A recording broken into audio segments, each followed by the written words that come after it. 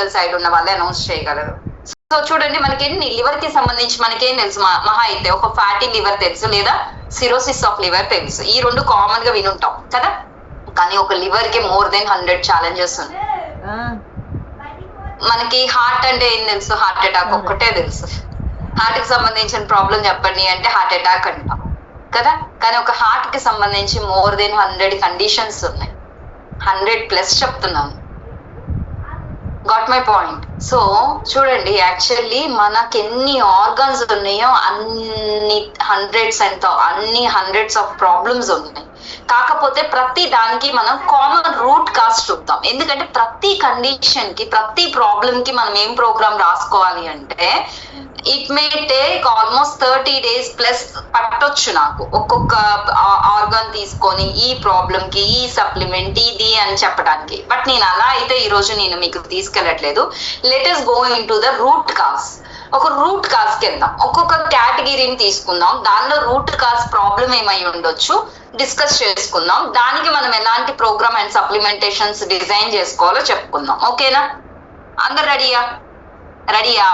Okay. ఎంతమంది దగ్గర books and pens ఉన్నాయి?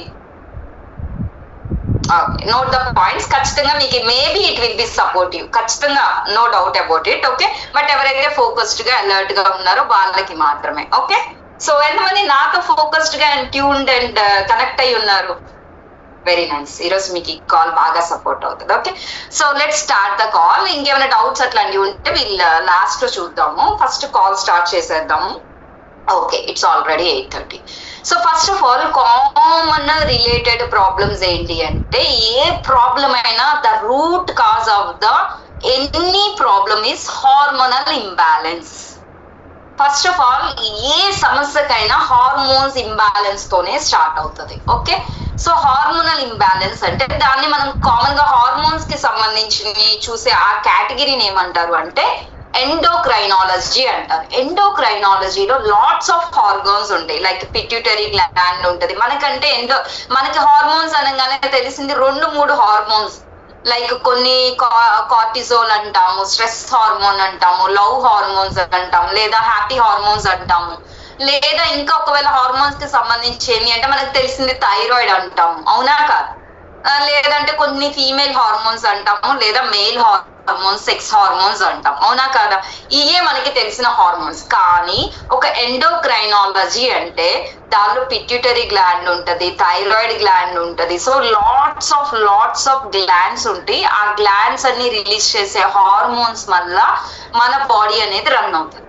సో ఏ హ్యూమన్ బాడీ అయినా సఫర్ అయ్యేటువంటి ఒక మేజర్ డిస్టర్బెన్స్ రూట్ కాజ్, మనం పునాదుల్లోకి వెళ్తే first cause a human, male or female, age తో సంబంధం లేకుండా ఎందుకు చిన్న పిల్లలు త్వరగా మెచ్యూర్ అవుతున్నారు, ఎందుకు మెచ్యూర్ అయిన పిల్లలకి PCOD ఛాలెంజెస్ వస్తున్నాయి, నీటి పొడుగులు వస్తున్నాయి, ఎందుకు పీరియడ్స్ అయితే ఓవర్ బ్లీడ్ అవుతుంది లేదా తక్కువ బ్లీడ్ అవుతుంది, లేదా ఎందుకు మ్యారేజ్ అయిన తర్వాత పిల్లలు అందుకోలేకపోతున్నారు అంటే ఫెర్టిలిటీ ఎందుకు ఉండట్లేదు, ఎందుకు జెంట్స్ కి స్పర్మ్ కౌంట్ పడిపోతుంది, ఇవన్నీ హార్మోన్స్. అండ్ ఎందుకు చిన్న ఏజ్ నుంచే వెయిట్ వచ్చేస్తున్నారు, ఎందుకు వెయిట్ లాస్ అవుతున్నారు, అండ్ ఎందుకు థైరాయిడ్ వస్తుంది, అండ్ ఎందుకు కొంతమంది జెంట్స్ లేడీస్ బాడీస్ తో ఉంటారు, ఎందుకు కొంతమంది ladies bodies like male reflections చూపిస్తాయి. ఇవన్నిటి వెనుక behind the screen is the hormonal imbalance.